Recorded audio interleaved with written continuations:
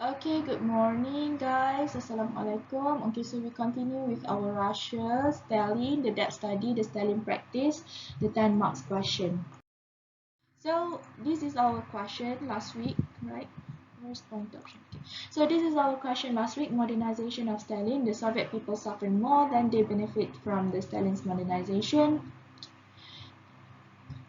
How far do you agree with the statement? Explain your answer, 10 marks. Okay.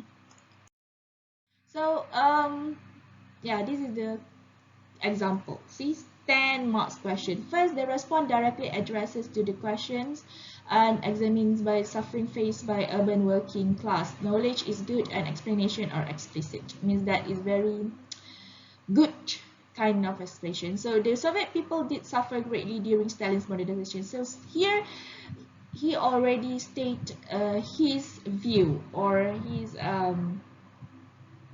what they call it, his view of whether he agree or not. Okay, so in the cities, the towns where the 5-year plans were being implemented, workers faced harsh discipline and punishment for not meeting government set targets for production. Many who failed to meet their targets, including managers, were accused of sabotage and could be fired or even arrested and sent to the gulag. This created a sense of fear and intimidation for many working of the factory. So it explained, okay, explain the suffering that had been faced by the urban working class. Okay, so next here, the response arranged to the answer by examining the countryside as well. So here he explained about the urban working class. Here he explained about the countryside countryside as well. So in the countryside, peasants faced forced collectivization and lost the private land given to them by Lenin in 1917. Many peasants slaughtered their livestock and refused to cooperate with the authorities, which led to the brutal repression by the secret police and even a forced famine, killing 13 million. So after that, further enhancement is given by looking at the role of propaganda. Okay, so this is the thing that he explained, means that he really agreed that people suffered more than they benefit from Stalin's modernization of the Soviet Union. Okay, so however, so like I said, however, okay, so you agree with this question, so you explain why you agree, but you also need to explain that people benefit from this Stalin's modernization, right? However, some workers and peasants did benefit from Stalin modernization. In towns and cities, women were employed in increasing number and gained opportunities for specialist training and education. Working mothers were able to use state-funded, and there were incentives to work hard and produce more.